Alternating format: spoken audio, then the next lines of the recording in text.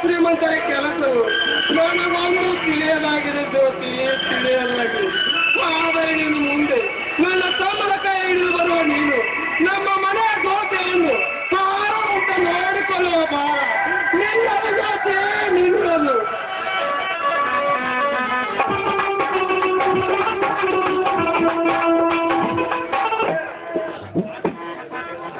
ಗೋಪಿ ಎಲ್ಲರಿಗೂ ಅಕ್ಷರ ತಗೊಳ್ಳಿ ಮುಟ್ಟಿದೇನಪ್ಪ? ಮುಟ್ಟಿದವ್ರಿ ಪುರೋಹಿತರ ನೀವು ತೆಗೆದುಕೊಳ್ಳಿ. ಮಾಂಗಲ್ಯಂ ನಾನೇನ ಮಮ ಜೀವನ ಕಂಠೆ ಬುದ್ಧಾಗ್ನೆ ಸುಭಗ್ನೆ ಸತ್ಯೇ ಜೀವ ಶರಾಂಬೆ ಜಯ ಮಂಗಲಂ ಜಯ ನಮಃ.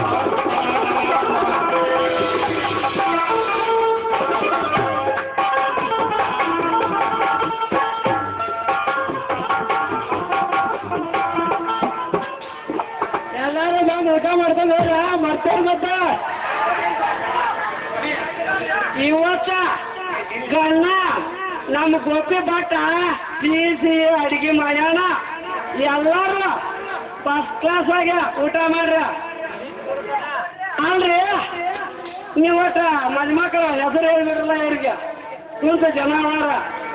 ಮೊದಲು ನಾ ಹೇಳ್ತಾನೆ ಕೇಳ್ರಿ, ಆನಂದ ನೀವು ಹೇಳಕ್ರಿ. ಕಟಕ ರೊಟ್ಟಿ ಖಾರದ ಚಟ್ನಿ ಕಟ್ಕೊಂಡು ಹೋಗಂದ್ರೆ ಚಟ್ಕೊಂಡು ಹೋಗ ಶೋಭಾ.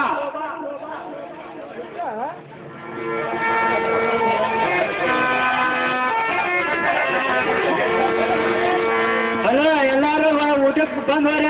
ನನ್ನ ಹೆಂಡತಿ ಲಕ್ಷ್ಮಿ.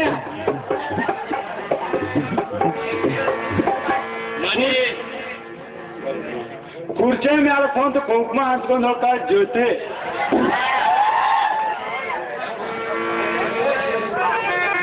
ವಿಘ್ನ ನಿವಾರಕ ಗಣಪತಿ, ಭಾಷಾ ದೇವಿ ಸರಸ್ವತಿ, ಆ ಕೈಲಾಸಪುರಿಯ ಉಮಾಪತಿ, ಮಧುಮೆ ನನ್ನ ಬಾಳಿನ ಅಧಿಪತಿ. ನನಗೆ ಕುಂಕುಮ ಚಂದ, ಕೊರಳಿಗೆ ಮಾಂಗಲ್ಯ ಚಂದ, ನನಗೆ ನನ್ನ ಪತಿರಾಯ ಚಂದ ಮಣಿ. ನಾವು ಹೇಳ್ತಾನೆ ಕೇಳ್ರಿ, ಎಲ್ಲ ಹೇಳ್ರ ಲೇ ಅಂತ ಕರ ಚಂದ ರೀ ಅಂತ ಬರ್ತಾರ್ರಿ, ರೀ ಅಂತ ಬರ್ತಾಳ.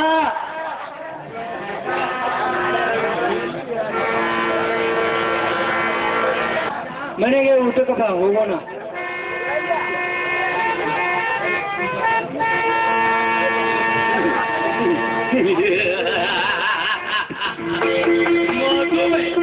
ಮದುವೆ ಮಾಡಿಕೊಂಡ್ರ ಮಾಡಿಕೊಳ್ಳೆ ಮದುವೆ ನಾಳೆ ನರಕ.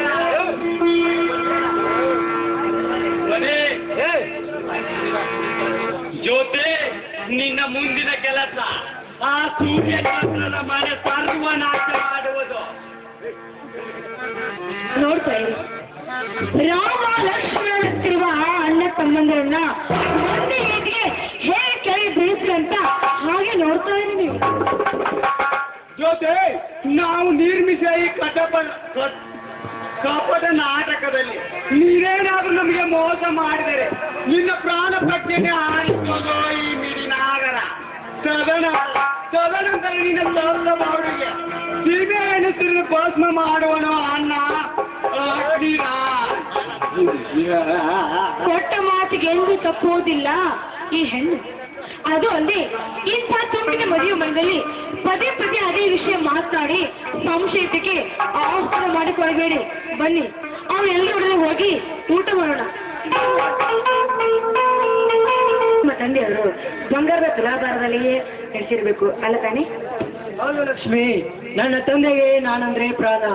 ವಿಶ್ವ ಮತ್ತು ಅಗ್ನಿ ಮೊದಲನೇ ಅಂತ್ಯ ಮಕ್ಕಳು, ನಾನು ಎರಡನೇ ಅಂತ್ಯ ಮಗ.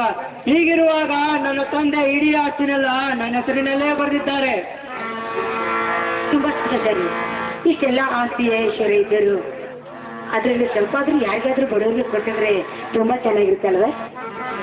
ವಿಜಯಲಕ್ಷ್ಮಿ, ಎಷ್ಟೋ ಜನರಿಗೆ ವಾಸಿಸಲು ಮನೆ ಇಲ್ಲ, ತಿನ್ನಲು ಅನ್ನವಿಲ್ಲ, ತೊಡಲು ಬಟ್ಟೆ ಇಲ್ಲದೆ ಪ್ರಾಣಿಗಳಂತೆ ತಿರುಗಾಡುತ್ತಿದ್ದಾರೆ. ಅಂತವರು ನಮಗೆ ಕಂಡು ಬಂದರೆ ನಮ್ಮ ಕೈಲಾದ ಸಹಾಯವನ್ನು ನಾವು ಮಾಡೋಣ. ಮೆಚ್ಚಿದರೆ ನಿಮ್ಮ ಗುಣಕ್ಕೆ. ಬಂಗಾರದಂತ ಗುಣ ನಿಮ್ಮದು.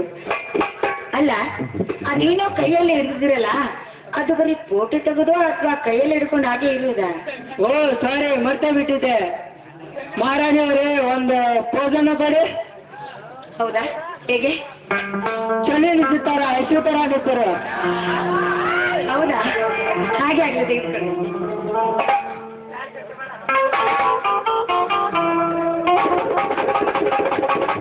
ಮಣಿ, ಆ ಕ್ಯಾಮ್ರಾ ತನ್ನಿ, ನಾನು ಒಂದು ನಮ್ಮ ಫೋಟೋ ತೆಗಿಲಿ. ಹಾ, ಹೇಗೆ ನಿಂತಿರಲಿ? ನೀವಾ ಅದೇ ಗಣೇಶ್ ತರ ನಿಂತ್ಬಿಡಿ. ಗಣೇಶ್ ತರ ಬೇಡ, ಹ್ಯಾಟ್ರಿಕ್ ಇರೋ ಸುರೇಶ್ ಕುಮಾರ್ ತರ ನಿಲ್ತೇನೆ. ಓಕೆನಾ? ಹಾ, ಹಾಗೆ ಆಗಲಿ.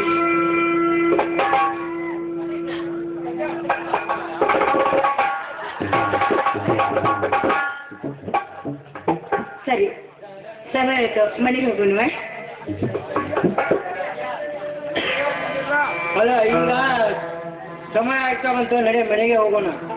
ಆಯ್ತು, ಬನ್ನಿ. ತುಂಬಾ ವಿಚಿತ್ರವಲ್ಲವೇ? ಚಿತ್ರನ ಅಂಥದ್ದೇನಾಗಿದೆ ಈಗ? ಮತ್ತಿನ್ನೇನು ಜ್ಯೋತಿ, ಮದುವೆ ಆಗದಿರುವ ಹಿರಿಯ ಅಣ್ಣಂದಿರು ಮನೆಯಲ್ಲಿರುವಾಗ ಚಿಕ್ಕವನಾದ ನನ್ನ ಮದುವೆಯಾಗಿದ್ದು ತುಂಬಾ ಆಶ್ಚರ್ಯವಾಗಿದೆ.